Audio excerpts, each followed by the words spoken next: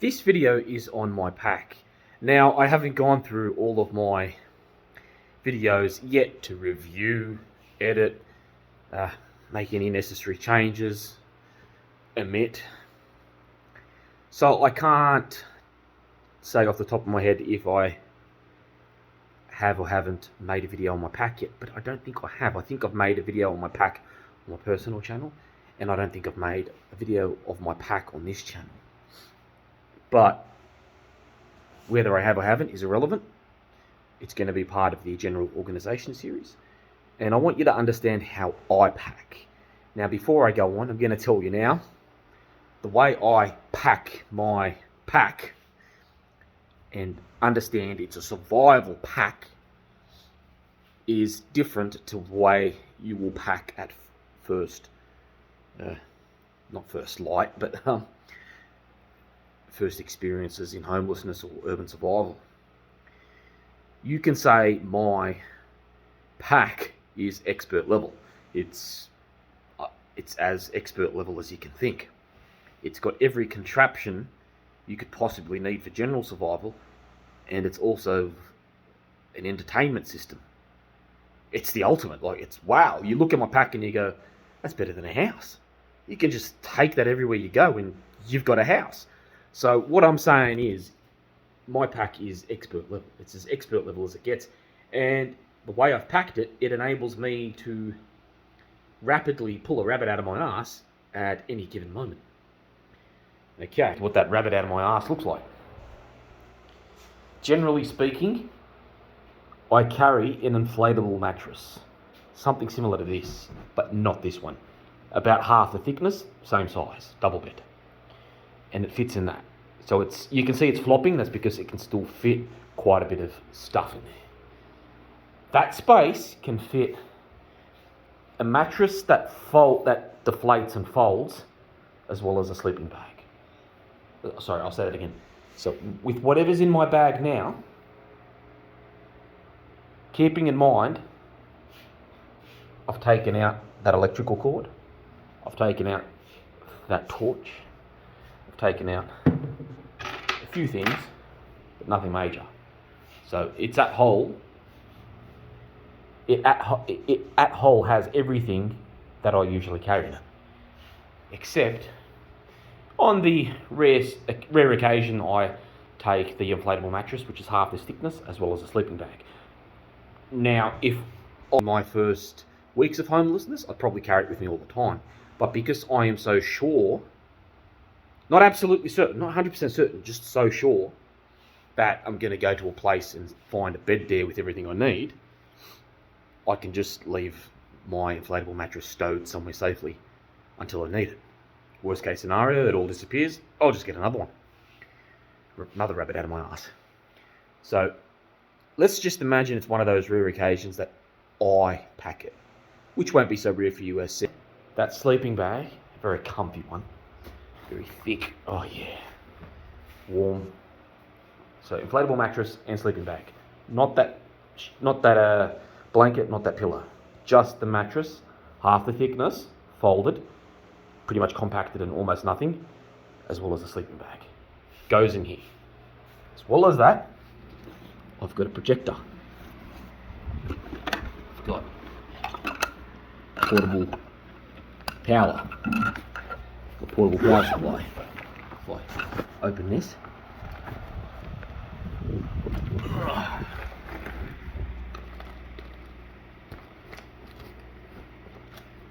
Oh yeah, Powerade. That's coming out. I want to have a drink. At the top of it, food supply. My sandwiches. Half crushed, but still eatable. That one's almost untouched. So you see I've got the light stuff on top. Now you can see my favourite blankie. I'll also sleep with that tonight. PlayStation 5.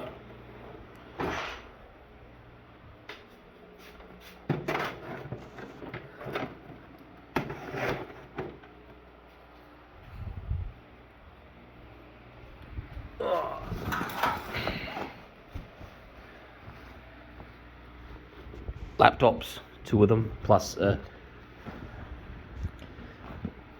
solar supply, solar power if I need it to charge my phones. Pillow.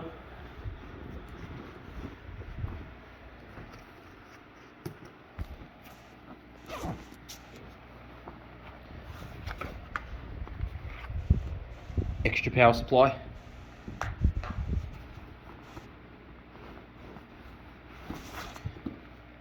Medikit / snakebite kit. Spare phone. Another spare phone.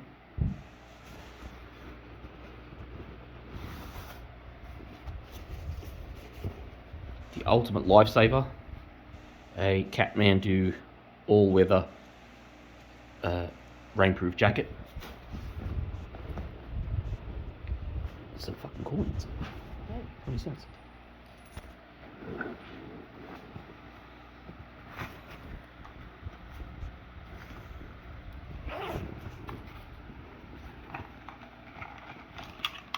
Torch charger.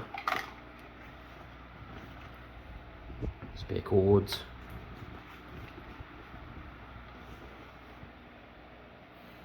Abandoned home breaching kit. No, I'll never use that on a person's abode, on a person's house. That's just wrong. This is survival, not break and enter. Life straw. Not yet used.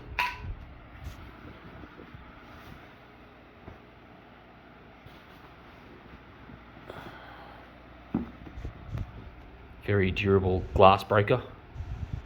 Seatbelt cutter. And multi-tool. But mostly glass breaker. So that is my breaching kit pretty much.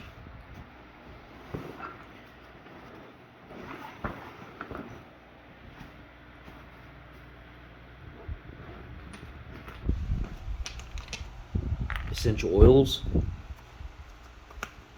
Beautiful essential oils. I can wipe them on something, I can diffuse them, I can do whatever I want. Mini measuring tape. Gas element. Now note how I'm not carrying the gas with me. It should be in the pack, but the only reason I'm not carrying the gas in the pack today, is the same reason I'm not carrying the inflatable bed and the sleeping bag, to minimize the weight and to ensure I can carry more food. If I really needed the gas, I'd use it, but at present, the place I can go to has a cooking element and a gas, so I can lighten the pack and keep my gas stowed away somewhere else, just as I've got the inflatable mattress and sleeping bag stowed. But that's always there anyway, so I haven't stowed this because it's so small. And if for some reason there's an emergency and I don't have any gas anywhere, I can pop down to a camping store. I can even go to Kmart or Big W and grab a gas cylinder or two and bang, gas.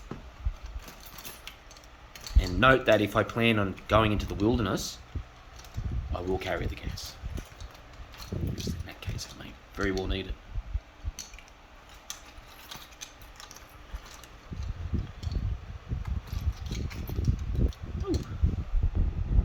Another essential oil. So the essential oils are very good for survival psychology. Are they absolutely needed for your survival? Of course not. Do they help you? Do they mellow you and make you feel calm? Of course they do. They're so good. Now these are essentials. Not one, not two, but three. 3 lighters, 3 big lighters. That'll get you out of trouble.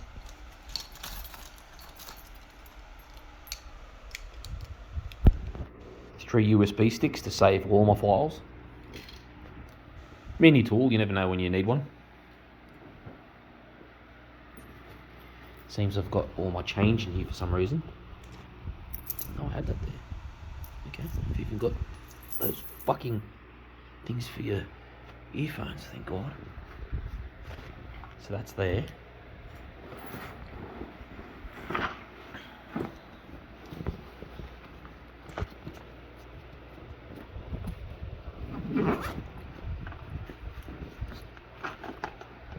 My multivitamins. Are these essential? No. Do they keep in good shape? Yes. Hygiene pack. My showers and everything. So, and then again, you'll note that in here, I keep all my cords for the laptops and all that. I'm going to take out my projector.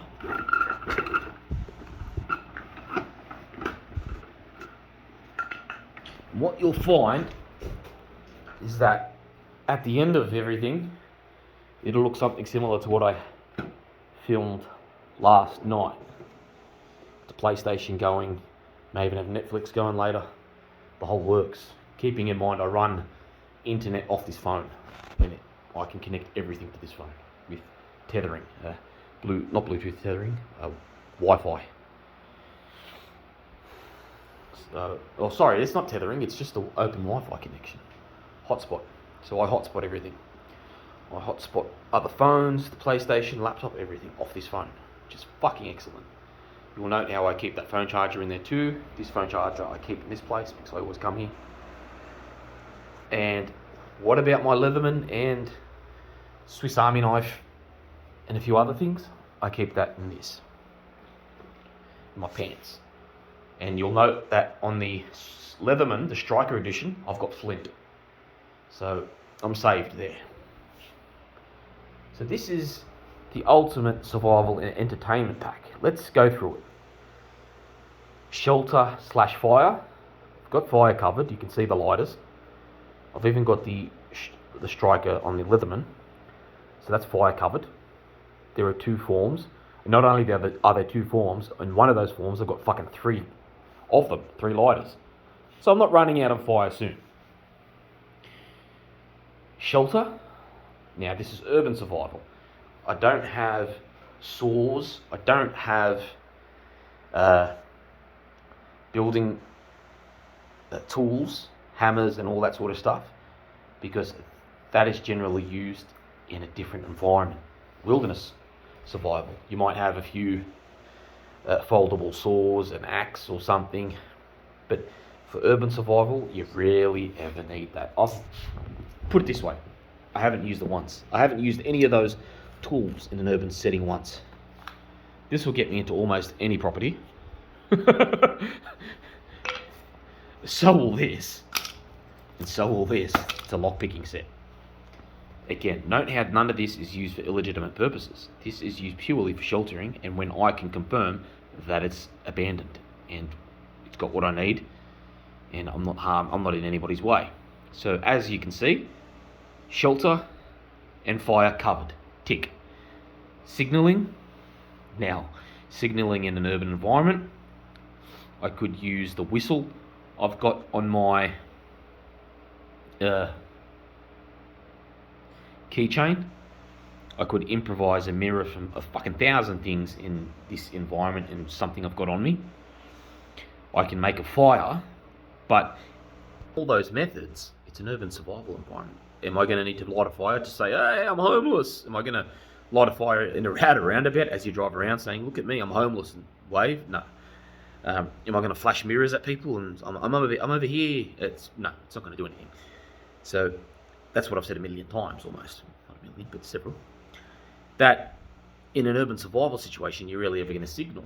Signalling in an urban survival situation may entail you looking for welfare, trying to get a job. That's signalling. Do you understand? It's communication. Signalling is just another way of saying communication. Okay? Emergency communication. So omit the word signalling for a moment, in a wilderness survival setting that is, and think of emergency communication. That's it. That's all it is. Okay? You can fully replace that word with that word. Okay? It's nothing but emergency communication. And in a wilderness survival situation, emergency communication is the fire, is landmarks, is fucking whistles, mirrors, the whole work, lights, flashing lights, so many different things, letting off lights in Morse code, letting off noises in Morse code, the universal emergency call, everything, the whole works. You'll use that in a wilderness survival situation nearly every time. As illustrated, or as pointed out, you're probably never going to use that in an urban survival situation. But you will have your laptop, so you can say very comfortably that I've got my signaling instruments here. If I want to signal in a general sense, I can make the fire. I've got everything I need here to do that sort of signaling, but I'm not.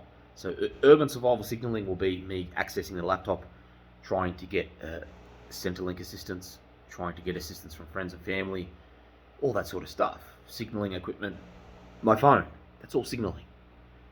Okay, in a wilderness survival, your phone with reception would be gold, especially if you could pinpoint where you are. Signaling. So you get my point. You're not lost in an urban survival situation. It's not quite what is happening, unless you're on the other side of the world, you don't know where you are, you've been kidnapped or some other story.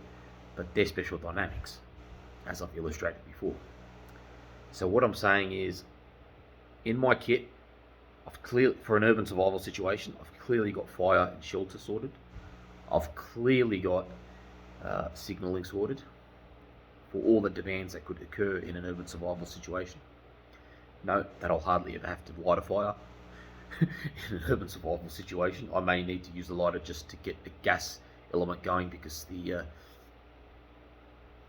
ignition isn't working or something like that. The spark isn't coming.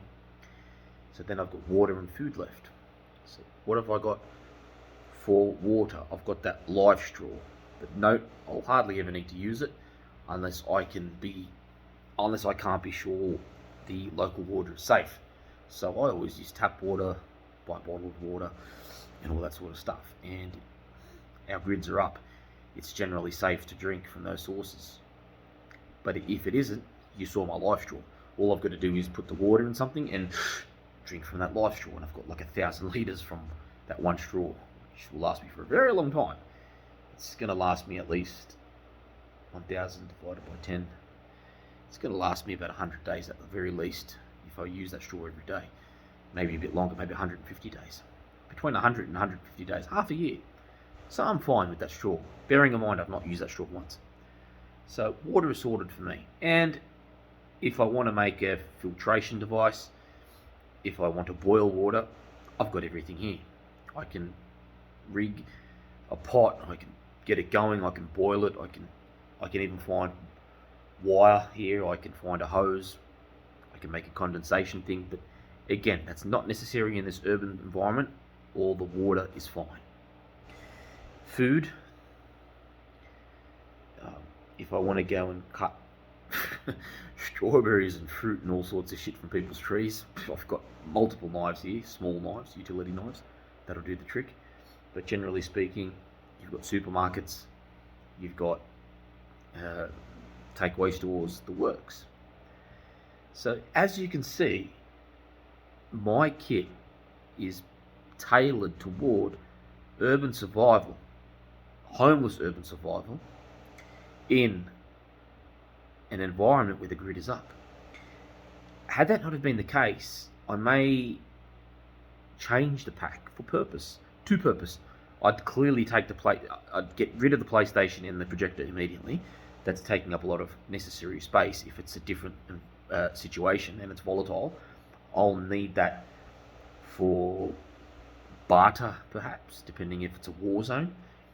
I may need that for what other gear may I need? I may need a bigger breaching kit. I may need spare clothes. I may need 2 or 3 bottles of water. I will need to stow a lot more food in that bag. What else? Signaling. I may want to keep a few pots, just small pots, as well as hoses. There's a few bits and pieces I want to keep in there if it was a different scenario. But if I were to carry that today, that would just be batshit crazy. I'm just not in that situation. So note how easy it is to transform your stuff. Note that I have all that stuff, but it's stowed somewhere. So I have everything for every type of survival situation, wilderness and urban. But I don't have to carry it with me all the time. It's just insane. I carry what I need every day. That's my entertainment, my urban entertainment pack with necessary survival implements.